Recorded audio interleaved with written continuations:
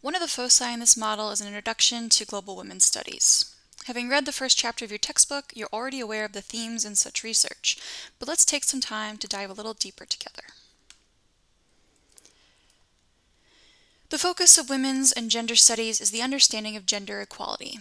That is, the disadvantage of women and girls relative to boys and men, which has implications for women and girls everywhere.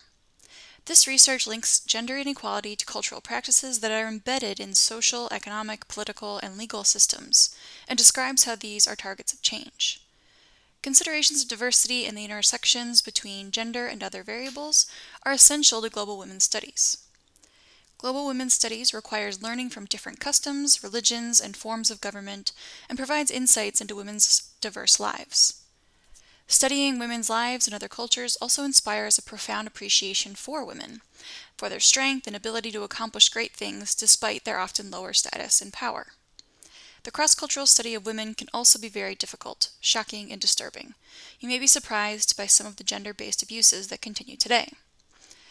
There are also plenty of stories about courageous activism and resistance, so this course is meant to walk the line between exposing you to cultural differences without presenting women as victims. The first theme sees gender inequality as a historical, sociocultural phenomenon, meaning that it is embedded in familial, cultural, economic, and political social structures that together are referred to as the patriarchy. Despite women's respected role as the bearers of children and caregivers, why are they often treated as second-class citizens? And why is gender equality so hard to achieve? Your textbook discusses what it calls materialistic and sociocultural explanations for gender inequality.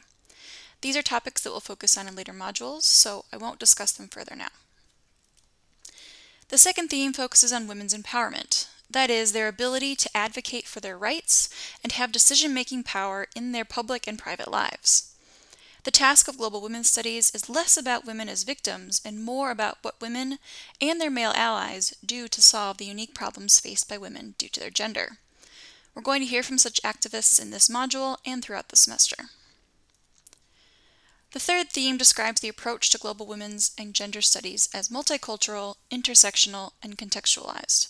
But what do these terms mean? Multiculturalism emphasizes helping people to understand, accept, and value the cultural differences between groups, with the ultimate goal of reaping the benefits of diversity. This involves both celebrating differences and emphasizing our similarities. Regardless of the experiences women share around the world, their experiences as women vary depending on their race, social class, disability, sexual orientation, or religion. The interplay of these different social categories is called intersectionality, and you'll hear more about that concept in the TED Talk by Kimberly Crenshaw in this module. To contextualize women's issues and activism means that to fully understand them, you have to consider the material contexts in which they are situated, which consists of cultural, social, political, historical, and economic structures. The fourth and final theme centers on the idea that women's rights are human rights, which is the focus of this week's activity, so let's take a closer look. The concept of reflexivity from the last module is important in women's studies because we may find it difficult not to make value judgments about the treatment of women in another culture, especially when we cannot understand the cultural context in which the treatment occurs, so some caution is required. Based on our understanding of cultural relativism, that is the idea that because a culture is different from your own does not mean it is wrong, we cannot always respect all cultural practices because in global women's studies, culture should never be used to justify gender inequality. Therefore, using a human rights framework helps us determine when we should respect cultural practices and when we should work for their change. Such an approach means women's rights are protected under international law and are monitored and enforced by the United Nations, which lends legitimacy to political demands using established protocols for dealing with abuses. According to the concept of universal human rights, everyone has certain inalienable rights simply by virtue of being human. This means that all humans are born free and equal in dignity and rights, which no one can deny them. This semester we'll see cases of violation against universal human rights, for example, domestic violence is a form of torture and rape that violates a woman's right to security. With backing from the UN, activists can use international laws and agreements to pressure governments to adopt, enforce, and implement consistent policies, programs, and laws. Your textbook gets into more details on the specific agreements that impact women's rights around the world, so I'm not going to focus on those specifics here. Instead, we're going to switch gears into your second activity of the semester. For this activity, I want you to make a list of any cultural practices of women in other countries that you are critical of.